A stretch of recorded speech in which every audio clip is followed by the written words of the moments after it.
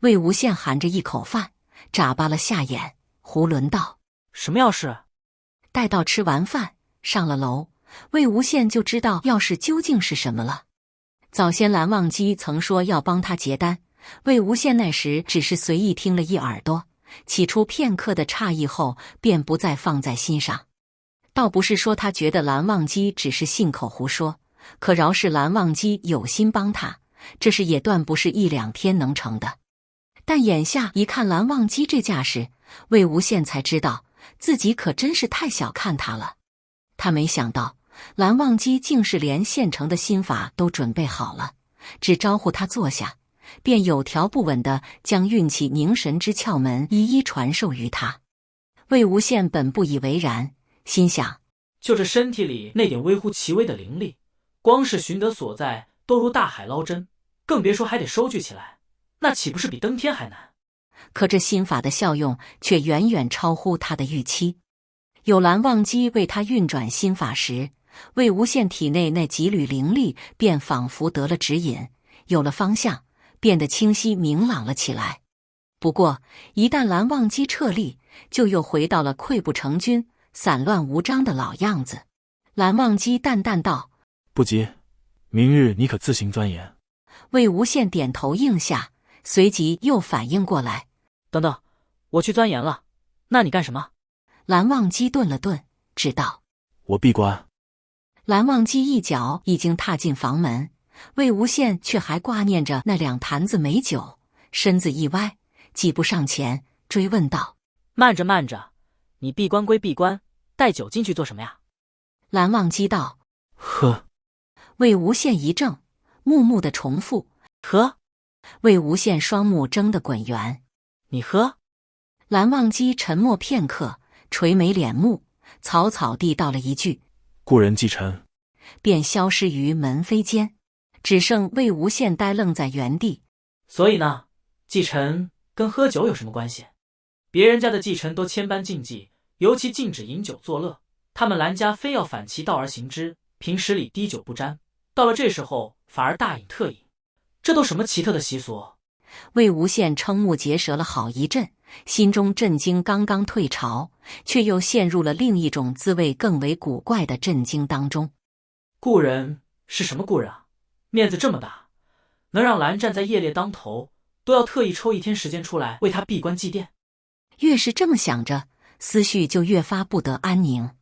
没过多久，魏无羡坐不住的起身，出门去晃悠了一圈。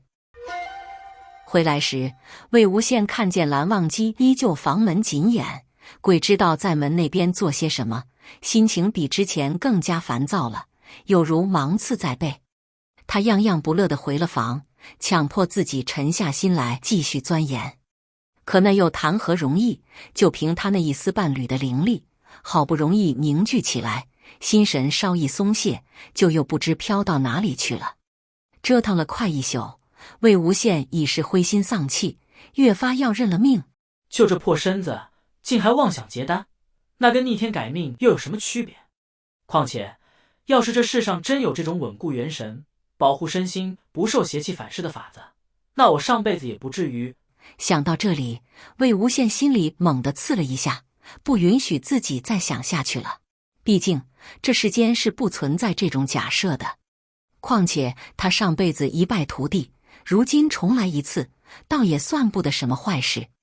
等这一切结束了，他就找个没人的地方待着，过清闲的日子，做个神出鬼没的隐士高人，闲来无事还能耕个田种个地，也不愁养不活自己。要是有余粮，还可以给蓝忘机送点过去。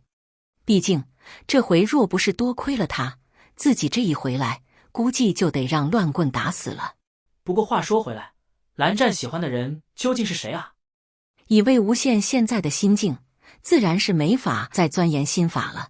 他满脑子都只想着以后究竟是种土豆还是种萝卜，为什么都重活一辈子了，他还是没出息到只想种土豆和萝卜。为什么不养几只鸡呢？急死我了！蓝湛到底喜欢谁啊？是土豆烧鸡好吃，还是萝卜烧鸡好吃？就这样，魏无羡在无边无际的抓耳挠腮中度过了接下来的光阴。转眼1天1夜过去，期间魏无羡再没见到过蓝忘机。他中途出去看了好几次，甚至趴在门上想听听里面的动静，屋里却悄无声息，像是压根没有人似的。待到入了夜，正当魏无羡昏昏欲睡，门外突然传来一声脆响。魏无羡陡然睁开眼，当即便分辨出那声音是从蓝忘机房里传来的。他第一时间冲出房门，在蓝忘机门口探头探脑叫了一声韩光君，没有回应。魏无羡又问，韩光君，你还好吧？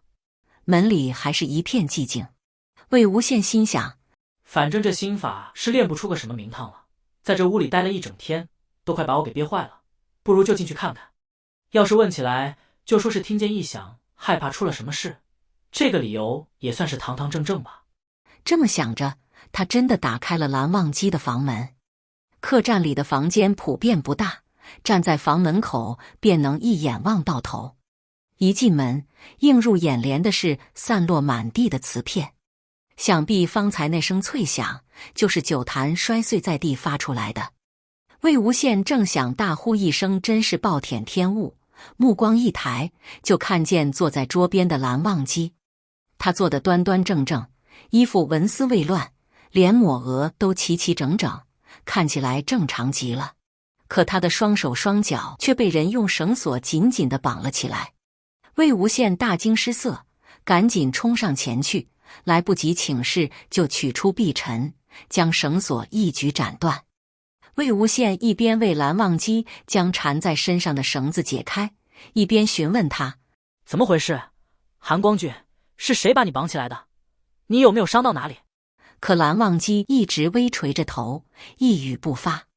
魏无羡去房间四处检查了一圈，并未发现有人闯入的痕迹。他又拿起那条绳索端详，发现这绳索并非寻常绳索，内里灌注了灵力，是仙门百家业猎时常见的仙器，将猎物捆绑起来，到了一定时候会自行解开。魏无羡看着绳索上清晰可见的姑苏蓝氏云纹暗样，心里冒出一个念头：蓝湛该不会是自己把自己绑起来的吧？他又仔仔细细打量了蓝忘机一番，想看看他是不是被人给夺了舍。也不对啊，哪门子野鬼夺了舍，还要把自己绑起来的？可不管魏无羡怎么问话，蓝忘机通通置若罔闻，就连方才为他解绳子，他也都无动于衷。两只手原本被束缚的动弹不得，绳索一断，就松松垮垮地落了下来。两条清晰可见的红痕映在蓝忘机肤白如雪的手腕上，看着很是扎眼。问他痛不痛，他也不说话。魏无羡没了辙，便俯下身去，先将地上的酒坛碎片拾了起来。这时他才发现，虽然酒坛碎了一地，可地上却不见水渍。如此想来，这坛酒应当是让人给喝光了。魏无羡本是想着，蓝忘机这副迷迷糊糊、不省人事的模样，会不会是中了什么迷药？此时看见那个空了的酒坛，他心里骤然萌生出一种更为惊悚的猜想。魏无羡迟疑着凑到蓝忘机耳边，几只手指在蓝忘机迷离的双眼前胡乱舞了两下，小心翼翼地开口：韩光君，你该不会是喝醉了吧？蓝忘机目光一荡，出神地嗯了一声，厉声反驳：没有。这眼神，这语气，可不就是喝醉了吗？魏无羡倒吸一口冷气，这，蓝湛是真的喝醉了。原先他心中那几分不安和焦急，此时全数化作一阵畅快的大笑，又在他心里激荡起几丝难以言喻的快感。好你个蓝湛，让你成日神神秘秘躲在屋里不吭声，这下好了，落到我手里了吧？好不容易大仇得报，魏无羡自然得好好放肆，对蓝忘机撩撩头发，扯扯衣袖，将他好生戏弄了一番。蓝忘机一直微垂着头，任他揉圆搓扁，丝毫不见抵抗。魏无羡心中直呼，没想到喝醉了的蓝湛脾气这么好啊。他蹲下身去，想再去挑一挑蓝忘机的下巴，却冷不丁看清了蓝忘机的表情。不知是不是喝醉了的缘故，蓝忘机眼睛泛着红，眼底空落落的，嘴唇簌簌颤抖，看起来好像很难过，很委屈。魏无羡手中一滞，一时不知所措，半晌后道：“好了好了，不欺负你了，我扶你去睡觉，好不好啊？”蓝忘机不回答，像是魏无羡压根不存在似的。魏无羡拽了他一下，却发现拽不动，扭过头道：“怎么啦？你不想睡啊？”蓝忘机依旧不答，也不动。魏无羡道：“那你想做什么？”